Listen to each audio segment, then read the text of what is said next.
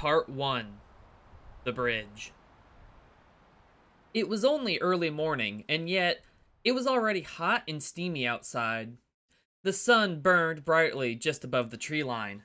The heat and golden glow of it caused a massive black-scaled dinosaur to stir from his sleep, and his red eyes slit open as the sunlight shone directly onto his face.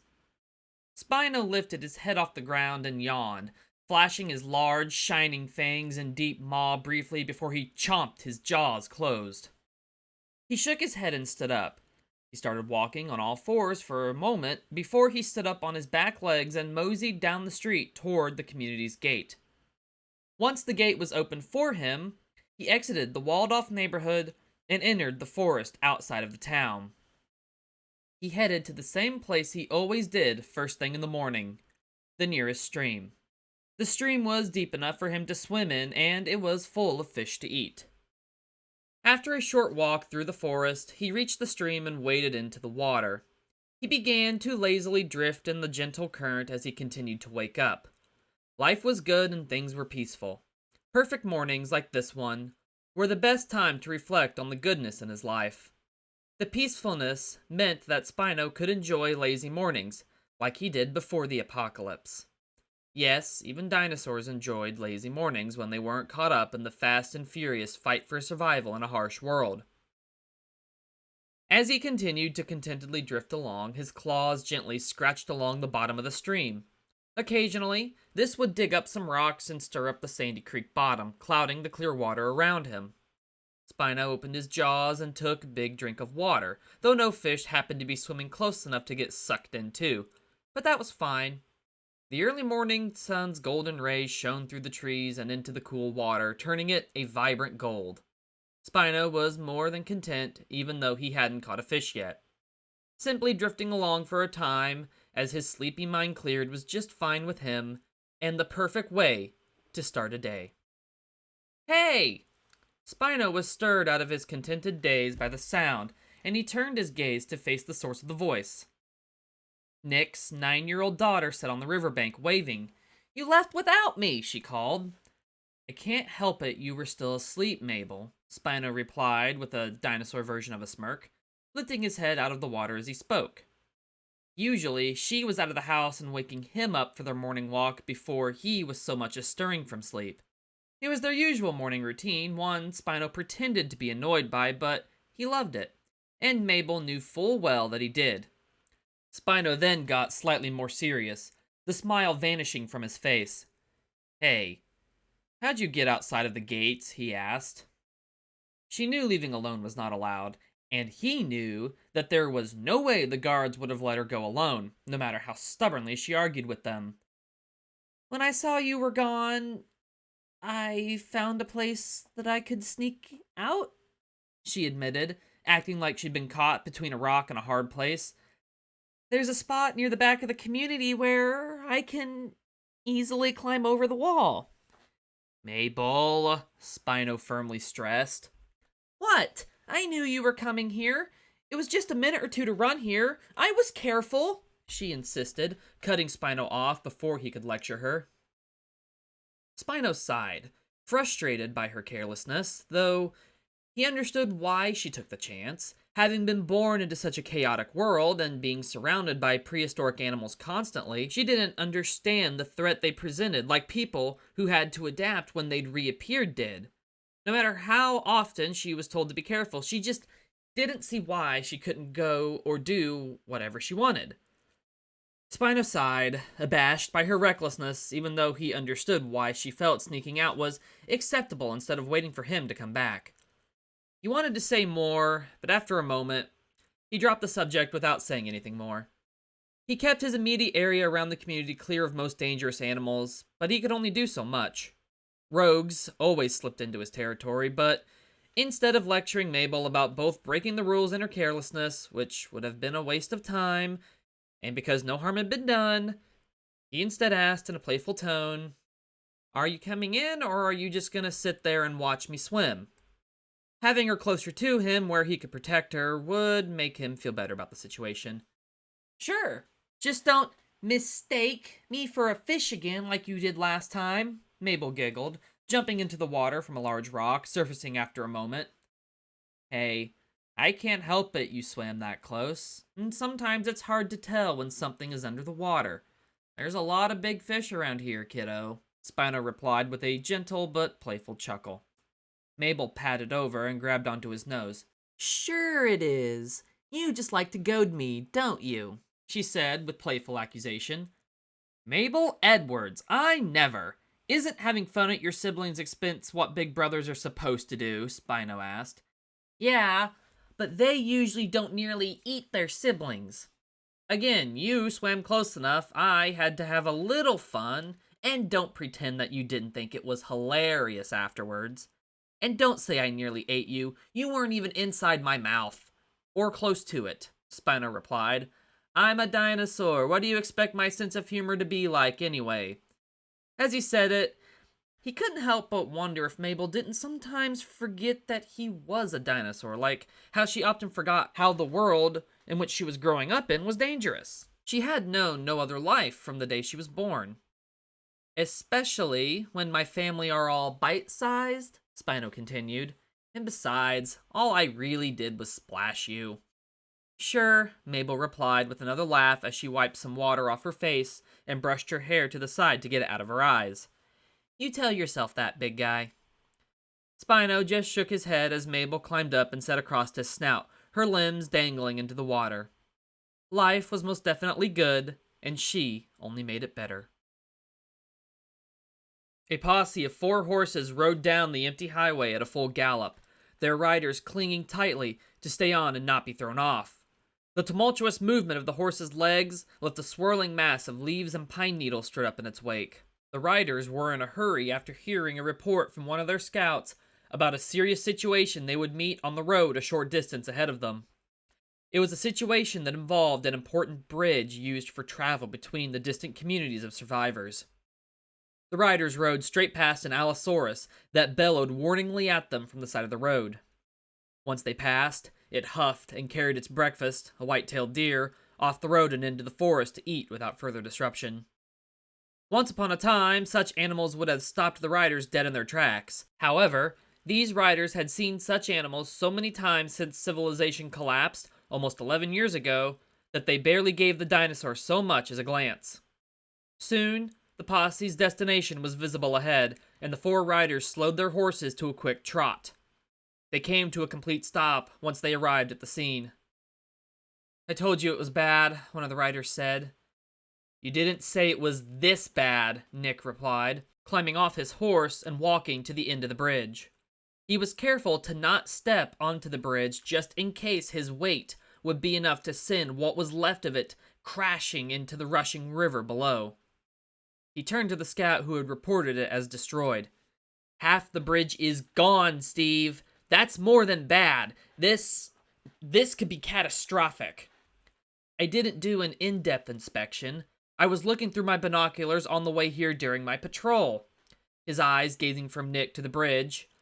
And I went to report it. Per protocol, Steve replied. The bridge in question was an old iron one that spanned a small river. The water level was up dramatically, and the fast-flowing floodwaters caused by a storm to the north had finally beaten the near-century-old structure too much, and half of the bridge had fully collapsed into the river. Large sections of the bridge that had fallen had been swept away by the rushing torrent. It doesn't matter, Nick sighed, waving Steve off. We have enough wood stored at that old sawmill that we should be able to fix this. That'll take nearly all we have cut. We'll have to cut more after if we want to have enough wood for winter. He looked at the other 2 riders from the community. Go ahead and ride back. I want plans to fix this up drawn by the end of the morning, and make sure Donald knows that. All the communities use this trade route, so we need to get it fixed, he continued, walking back to his horse and climbing into the saddle. Make a sign to post that clearly explains this road is closed just in case anyone tries to move through this route. And watch yourselves. It's dangerous out there, he added as the other 2 turned and rode back the way the group had come. The 2 men paused just long enough for one of them to take a picture of the scene with an old Polaroid camera. Then they turned and rode off, vanishing up the road after a matter of seconds. Once Nick was on his horse, he turned and faced Steve. These summer storms aren't going to let up. Let's check the bridge on the secondary route and make sure it's not out too. If it is, then we have an even bigger problem on our hands. With that, Nick and Steve turned their horses and rode back down the road, but instead of turning in the direction of the community at the first intersection they came to, they turned to the left and headed towards a secondary route further downstream. As they rode, Nick noted that the woods around them seemed still, and the only sounds other than the horses were the singing insects.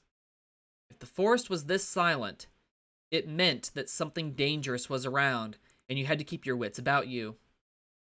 "At least we haven't seen any dinosaurs," Steve called. "Well, other than that one that was stuffing its gut." "Don't ever say that. One will show up at the worst time if you do," Nick reprimanded. "Haven't you noticed how silent the woods around here are?" They moved on without speaking again, and as they neared the second bridge, Nick suddenly pulled his horse to a stop. Softly, he said, "Whoa, whoa." He turned to face Steve, who also stopped his horse, and pointed down at the road. Nick whispered, "There's fresh Dimetrodon tracks crossing the road here. They're heading towards the bridge. You see the mud they trailed? Let's leave the horses here and go on foot. It'll be quieter, and the bridge is only about a mile ahead." Dimetrodon was a large, four-legged carnivore with a sail that ran along its spine. It was a Permian-era genus of non-mammalian synapsid, with large teeth that were diversely shaped and positioned, which gave the animal a wicked bite from which very few prey survived. Dimetrodons also had a long tail, and despite looking like a dinosaur, it was more of a very distant relative to humans. They also tended to be just about as reasonable as most humans were. Not at all. Like a bear, they were fast enough to catch a running person in a few strides, and were very dangerous to meet if in groups. The fresh tracks left on the road seemed to indicate a rather large group was lurking within the surrounding forest. Leaving the horses loosely tied to a tree so they could pull free if threatened, and taking a rifle each, Nick and Steve followed the tracks in the road.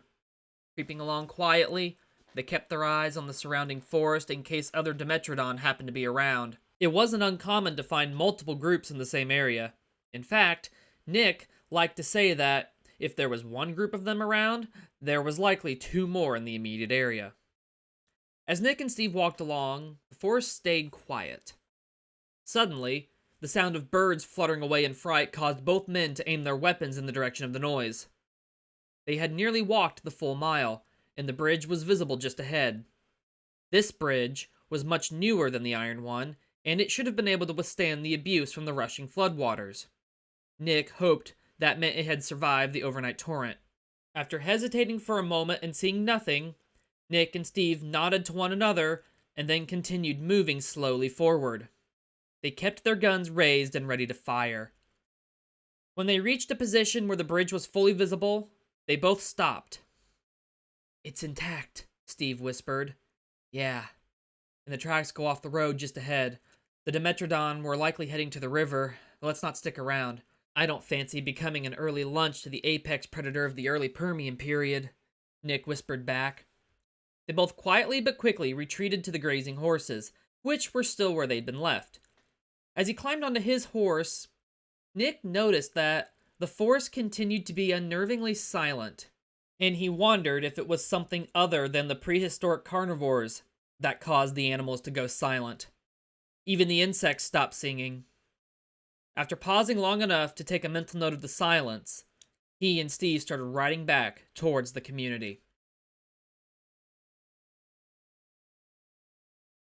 "Well," Nick asked Donald, the head of the community's construction projects. "I looked over the pictures of the damage and drew these up," Donald replied, laying out a sheet of paper for Nick to see. "We have enough wood to fix the bridge no problem, but if the water keeps flowing as hard as it has been, it will fall apart again in a few weeks because we have to build off the same foundation that gave way. We should wait until the water goes down, and then maybe we can figure out a workaround." "Donald, there's 3 things about waiting that you didn't take into consideration. That's the main trade route between the 4 communities, and it's the quickest route to Arnold's community. And it's also the only road still in decent shape. You take a wagon down the secondary route, and at the very least you'll lose a wheel. If you're lucky, it'll only be just the one. Then you know what happens? You get robbed by some roaming bandits, or you become lunch for some Daspletosaurus, or heaven forbid, a Tyrannosaurus that happens along. You want that to happen? Because it will if someone tries to move down the secondary route. That road is too far gone to fix, so the old bridge is the only choice. Besides, the summer storms aren't going to stop, so we must work with the best road option because that's the hand we've been dealt. Donald sighed. I'll talk to Aaron about it. He was the risk analyst in the old world, not me. You know that I just drew up plans on the computer for my father's company. Now I do it on paper. I'll let you know what he says. With that, Donald took the plans he had drawn up and left the table. He'd been fully honest with Nick. He was brilliant with planning construction with limited resources, but useless when it came to assessing risk and calculating it. He had tried to learn the skill, but he struggled with it. Even before the apocalypse, his job never involved calculating the risks. He had been the only one who ever had done the construction plans at his father's self-owned company, A. Levinson's Construction Company, because his father, Andrew, had known his son never made mistakes with any type of construction planning, an ability supposedly passed down from Donald's grandfather. Someone else in the company always did the risk calculations. When Nick met Donald while out on a supply run with Spino, he picked up what skills Donald had almost right away. Donald, deviously skilled with using only a few resources, had built several traps around his shelter, and, like Donald's father, Nick had never known him to make a single error. Donald had been key in reinforcing the original steel-plated walls that surrounded the community by adding more metal in areas and other reinforcement materials, including some concrete the community had scavenged. He had many strengths, but the skills needing for risk assessment remained elusive to Donald. Nick held his meeting with Donald in a shelter house in the center of the community. The shelter housed several picnic tables and stood in a large section of the community that served as a recreation area for those in the town. It was the same shelter house that the town meeting which resulted in Nick, Mark, and Spino going out to look for allies during the war with the Dino Riders had been held. Nick sighed, walked outside, and stood in the street. He muttered to himself, "Why do I try to get straight answers from people? Maybe I should partner with the guy who can help make sure the plans will work correctly instead of wasting my time." For all his construction smarts, Donald often spoke in circles unless he had the actual answer you wanted, and that usually didn't happen right away. It seemed he always avoided getting to the root of the issue. Nick usually had to encourage Donald to go to whoever knew how to resolve the problem at hand and adjust his plans accordingly. It was frustrating at times, but Donald would come through in the end. He always did. That didn't make the process of getting to the answer any less frustrating, though. Nick? Nick smiled at the sound of a voice, his worries instantly draining away for a moment, and turned to face his wife. "Good morning. Sorry for taking off before the coffee was even done. Something unfortunate came up." Susan smiled accordingly. "It's okay. When you fall in love with a community leader, you have to get used to spending time alone." She wrapped her arms around her husband's neck. "You're always home in the evenings, so that makes up for it," she added as Nick returned the hug with a satisfied sigh. "So what was the problem?" she asked. Nick sniffed her hair and answered, What is the problem, you mean? It's ongoing at the moment." He stepped back. "I'll tell you, but I want to show you something first. Something to brighten the day and to apologize for running off." "Running off again?" Susan clarified. Nick nodded. "Yeah, again," he chuckled. Though it was frowned upon, they went outside of the community without an escort, and Nick took Susan to a nearby field at the top of a hill. He used to sit there with Spino, back in the early days after the community gained some stability. It was the same place he used to sit, overlooking the town, as he filled out his journal.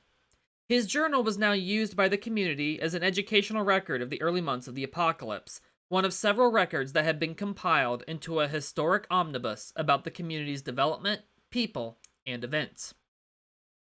That volume would eventually be lost, but fragments of it, including Nick's journal, would survive.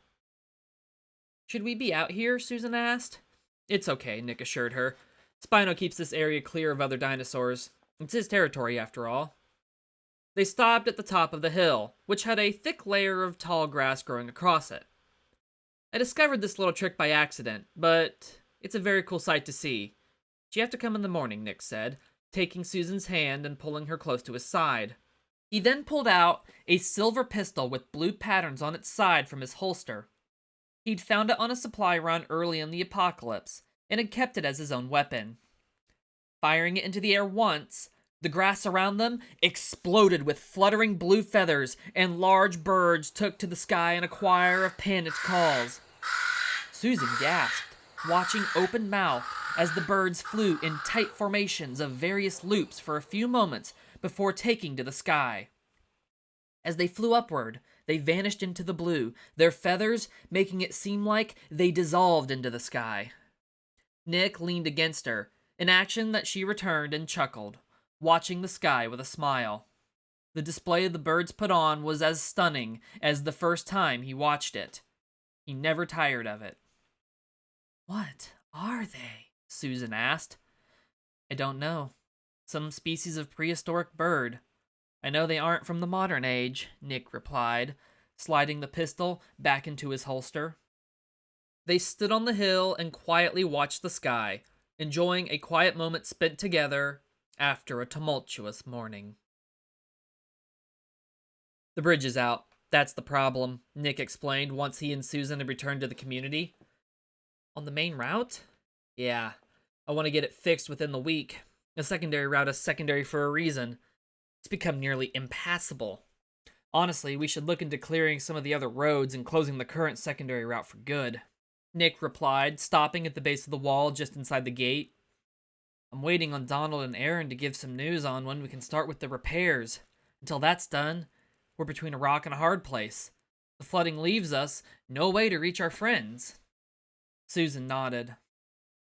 "Was Mabel gone when you left?" she asked. "No, but Spino was awake," Nick said. Susan sighed. "Well, she was gone when I went up to her room. She wasn't anywhere in the house. I didn't see her outside." Nick wasn't really surprised. "She probably went with Spino and we didn't notice. She goes out with him every morning. She probably just caught up with him on his way out and we both just missed her. Don't worry. You know he won't let anything happen to her." Susan nodded, agreeing that Mabel most likely was with Spino. Nick was probably right. Perhaps they had both happened to miss seeing her. She was about to reply when her thoughts were interrupted by a voice. "Hey, Nick!" Aaron shouted from across the street. "I have some good news for you!" After running some numbers, looking at potential scenarios, going over available resources, and considering the expected weather for the coming weeks, Aaron had decided that they could begin making repairs on the destroyed bridge while the waters were still high. He had come up with a plan that, if everyone followed a few requirements he had written down, would allow them to begin building even with the floodwaters still high. Repairs on the bridge started the next day. The community used a set of large wagons that were hauled by either a set of 4 horses or 2 massive triceratops. The horses were used to pull the lighter loads in wagons, and the tame triceratops were used to pull the heavier loads. Despite the heat, the community made good progress on the repairs. Everyone who could was taking part to make the work go faster. Soon, they had the structure constructed and were adding wooden planks that covered the floor of the bridge. Nick helped Steve slide a freshly cut plank into an empty spot, and they began to nail it in place. "Have you and Susan decided on whether or not you're going to have more kids?" Steve asked as he hammered one of his nails into the plank. Nick looked up at him and chuckled.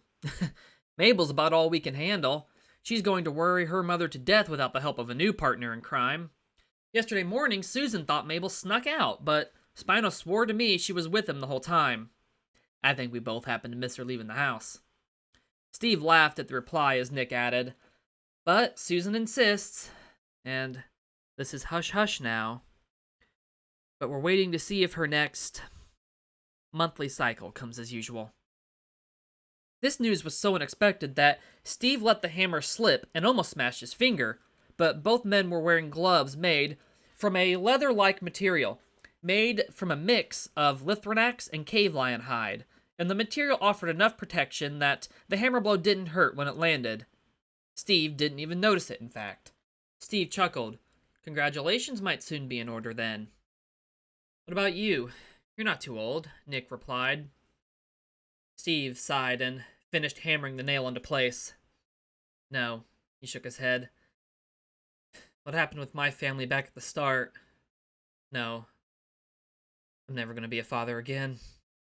Hey, it's been over a decade, Nick said, standing up. Don't beat yourself up over it forever. It's my fault they died. I wasn't there. If you had been there, you would be dead too, Nick replied. But maybe they would have survived, Steve countered with a slight shake of his head. You can't assume that to be true, Nick insisted. After a few seconds, Steve sighed and looked away. Did our boys give you an idea of how long repairs on this thing will take? Deciding to change the subject, Nick nodded. If we keep this pace up, no longer than a week at the most. That's faster than expected, which is good. I want to beat the next storm. Well, that could be any day. Exactly, Nick said, grabbing another nail. One of the workers helping with the bridge was standing alongside the tree line away from the main group.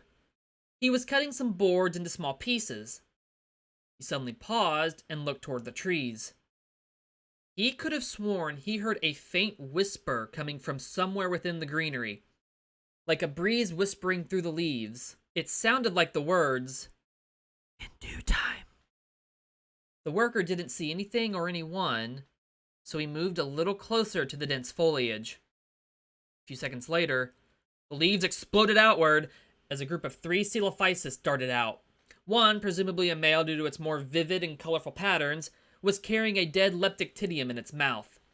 The 3 dinosaurs ran past the worker and down the bank, toward the edge of the river. The worker sighed, assuming the strange voice was just the 3 dinosaurs making an odd sound that happened to sound like human words. He went back to sawing the board and gave the matter no further thought. Mabel and Spino were once again swimming in the creek. This time, they were playing a game of tag at Mabel's insistence. She was convinced that she could outswim Spino, and while he was more than happy to entertain his sister, he was not about to let her believe wild ideas such as that. "Come back, my little fish," Spino called, deepening his voice.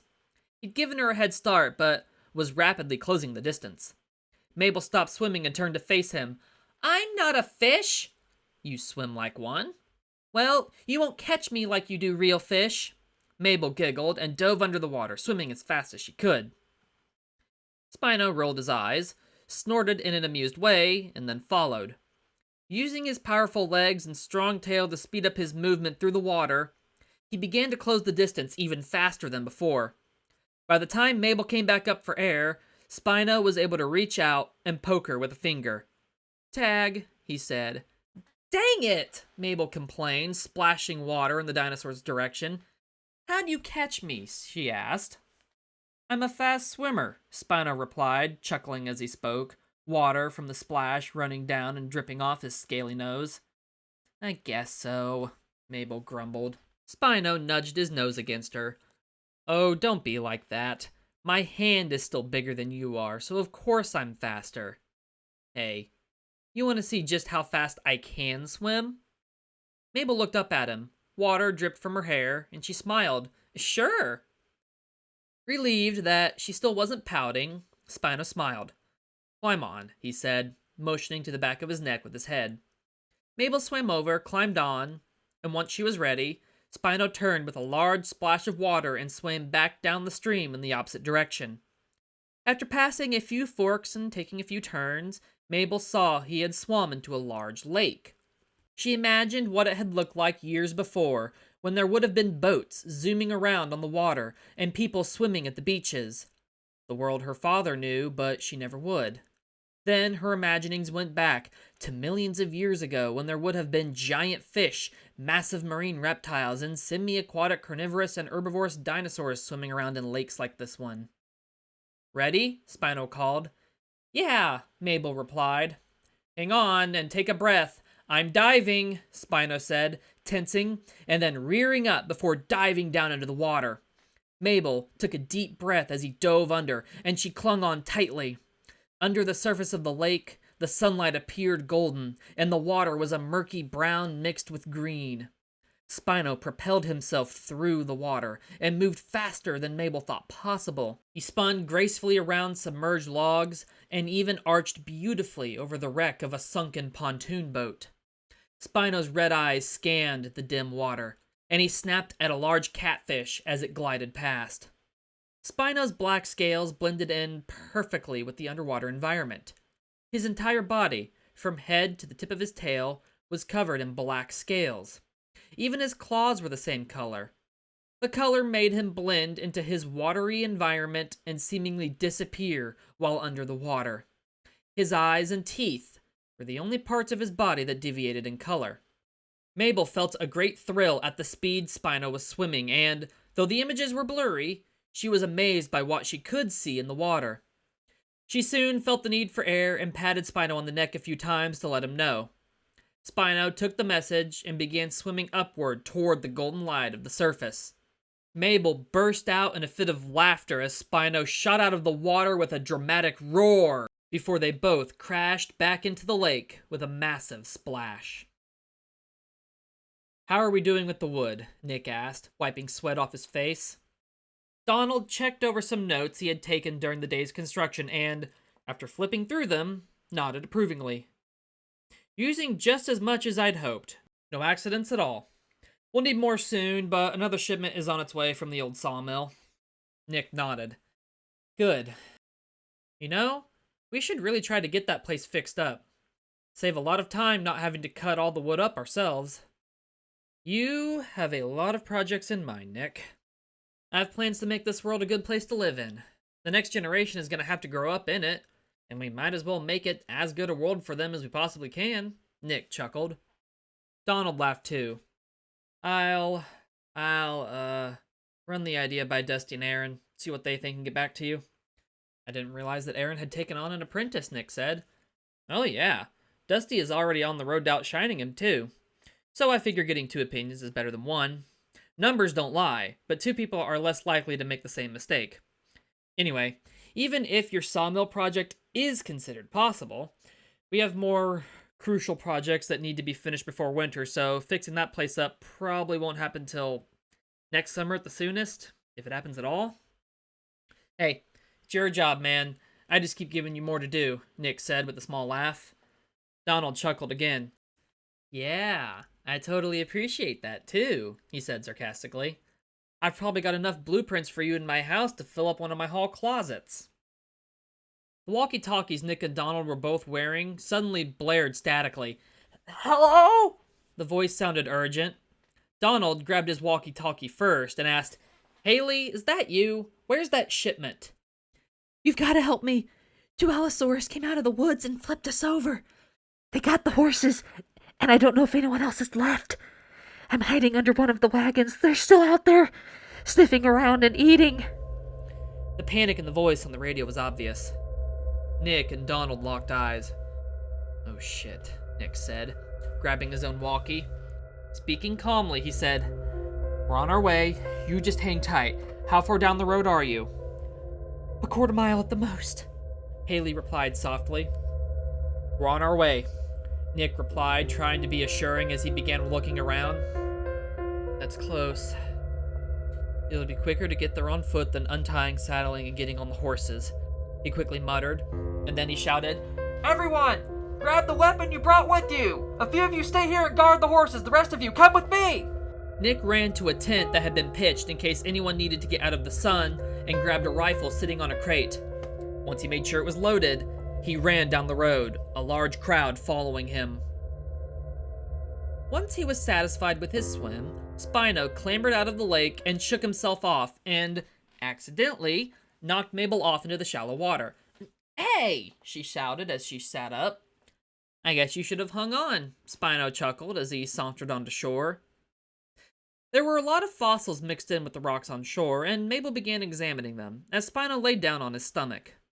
He watched her for a short time and turned his sail to face the sun. Mabel found a large fossil that was likely once some Carboniferous-era plant or coral. She picked it up gently, and as she turned to show it to Spino, her eyes widened. "Spino?" she spoke. Spino raised his head and looked in the direction her eyes were focused, and he spotted an Allosaurus. The gray and silver-colored dinosaur was strolling onto the shore. The red crests on the top of its head were angled in such a way that it made its eyes look like they had an evil glare. Spino stood as Mabel backed up towards him. He strolled forward a few paces and planted one of his legs on either side of his sister protectively. The Allosaurus noticed, looked at Mabel, and then glanced at Spino. Every time it glanced at Mabel, it looked like it had seen the most delicious-looking snack on the planet, but it made no move toward her. It would make no move to come closer with the large Spinosaurus standing above her. It snarled, but seemed to lose interest. Instead, it walked to the water's edge, took a drink, and then left. It disappeared as quickly as it appeared, leaving only its tail visible in the trees for an additional moment before it, too, vanished. Once the Allosaurus was gone, Spino looked down at Mabel. Sneaking out of the community on your own to follow me yesterday morning was a stupid thing to do, he said. I really should have said it then, but decided not to bring it up since it was a one-time event, and because I didn't think you would listen to me. But I think you get why now, though. What if you had run into that thing while out on your own, he asked. Mabel shivered. I'd be dino food, she muttered, the reality of her reckless action sinking in. Yeah. So, I won't tell your father about yesterday morning. But don't do it again. Not even if I'm gone when you wake up, he said. I think you sometimes forget how dangerous it is outside of the walls. I think I forget too because there's nothing out here that can really threaten me. Mabel nodded and looked down at the sand. She understood that sometimes she didn't appreciate just how dangerous the world could be. Spino relaxed, stepped back, and lay down again by Mabel's side. That is a very nice fossil you found, he said. She smiled brightly and leaned against his snout. It is nice. It's going in my room, right on the table next to my window. Do you know what it is? Spino asked, nudging her. Mabel giggled and examined her fine. I think it's coral, or maybe... She paused. She looked at it from another angle and continued, Oh, maybe it's a sea scorpion. The exposed bits look like an arthropod. Maybe? That would mean this came from an, Ordovician era ocean instead of some carboniferous jungle or bay or something. She felt giddy at the possibility of such a discovery. She'd read about such animals in some of her books on prehistory and dinosaurs, and she had always wanted to find a fossil of a sea scorpion since she first read about them. Seeing the excitement build back up in his little sister made Spino chuckle softly. Mabel got just as excited about the original prehistoric animals as she did the revived ones, and Spino found it simply adorable. Haley stayed hidden under the upside-down wagon, closing her eyes tightly as the snarling, sniffing dinosaurs outside began to nudge the wagon around. She scooted as far from either side as she could when one stuck its tongue under the wagon, flinging saliva onto her head and arms. She closed her eyes again and held her knife and radio close. Suddenly, the wagon flipped back over and it crashed onto the road a few meters away. Haley's eyes shot open as she made eye contact with the dinosaur standing above her. She could feel the other one breathe on her neck on the opposite side. The male Allosaurus was colored black. A blue streak ran down its spine, and its belly was yellow. There was an ugly gray color where the yellow and black scales met. Each color seemed to mix into the other as they met like improperly mixed paint. The female was light tan on its belly, green covered most of her body, and her head crests were red. They both snarled and lowered their heads to the ground to feed on their prey. Haley screamed and closed her eyes for the third time as the two open maws descended toward her. There was a gunshot, and the female started shaking her head and roaring in pain as blood dripped from where her eye should have been. Haley opened her eyes again and noticed the male was looking around for the threat. Nick lowered his rifle as the crowd of people came up behind him. Nice shot, Steve complimented. The two Allosaurus hissed, and began stalking towards the new threat. "Line up, one row behind the other, and get ready to fire," Nick ordered. "Oh, Civil War style. You finally taken some lessons from history books?" Steve chuckled as he took a position at Nick's side. Nick glanced at Steve in mild annoyance. It was no time for joking, but he didn't respond to the inappropriate quip. His friend enjoyed reading about events like the Civil War every chance he could, and often encouraged Nick to do so as well. Steve believed that learning about certain styles of living and combat could perhaps be adapted for their new world. It was perhaps a practical idea, but Nick never had the time to read. His current combat style was simply a coincidence. "Aim high, aim for their heads. We don't want to hit Haley on accident," Nick cautioned as he took aim again. "Haley, get into the wagon!" someone from Nick's right shouted, but the girl seemed frozen where she lay. The female Allosaurus continued to stalk toward the line of people, but the male dinosaur seemed to pause and hang back. Because of this, when the order to fire was given, most people chose to target the nearest dinosaur as their target. It was pelted by a furious volley of fire. It roared and shook its head as it was hit over and over, and then it charged, roaring louder and angrier. "Again!" Nick shouted. Suddenly, he changed his mind. "Forget that! Scatter to both sides of the road, confuse her, then bring her down with a second wave of bullets! Target her head, especially the neck!" No one noticed that the male Allosaurus had turned his attention back to Haley. As it lunged for her, she screamed and flattened herself on the road. The jaws opened wide above her, and she swung her arm upward in an arch, burying the knife in the roof of the dinosaur's mouth. The Allosaurus shrieked and shook its head over and over. The knife flew out of its jaws and into the forest. Then, it turned and glared at the girl on the ground and slammed a claw-adorned foot down on her legs. Haley screamed as her legs were crushed under the dinosaur's foot. The large, dull claw on the dinosaur's middle toe jabbed into her gut, compressing her and pushing the air out of her lungs. Her scream died in a gurgling gag. Saliva bubbled out of her throat and coated her lips. Meanwhile, the female Allosaurus was hit in the head by a second wave of gunfire from all sides. The damage to her neck proved to be too much, and she collapsed to the ground, bleeding heavily and spasming slightly. Moments later, she lay dead on the road. Everyone turned back to the male dinosaur, just in time to see it grab Haley by her shoulders in its jaws. It shook her violently until her screams stopped, and then it stalked off into the forest, vanishing into the trees with its prize.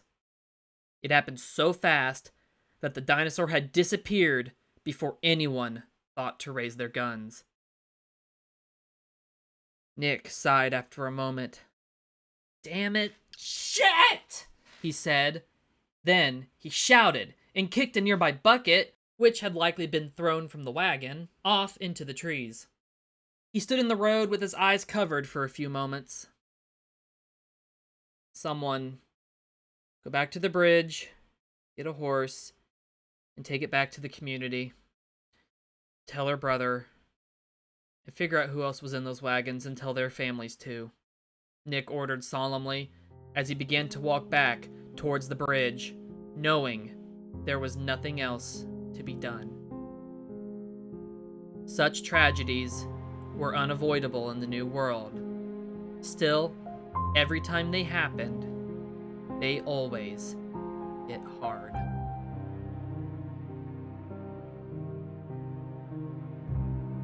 To be continued.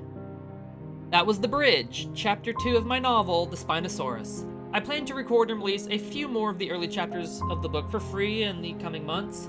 You'll start seeing the plot really develop, and you'll see a conflict beginning, so please stick around and listen to those when they release. And also check out my other narrations. I'll link some at the end. I hope you're enjoying listening to these first chapters of my novel, and I hope you will please check out the book when it releases. One thing that I really like about this chapter as well is that it is not just called The Bridge, it is quite literally the bridge between Nick's journal and the rest of the book, because like I've said before, Nick's journal is essentially a self-contained short story that actually starts the novel. This chapter is the bridge between it and the actual main plot of the book, so it's just, I like this chapter. I really do. I like this chapter a lot. Thank you so much for listening. Have a good one,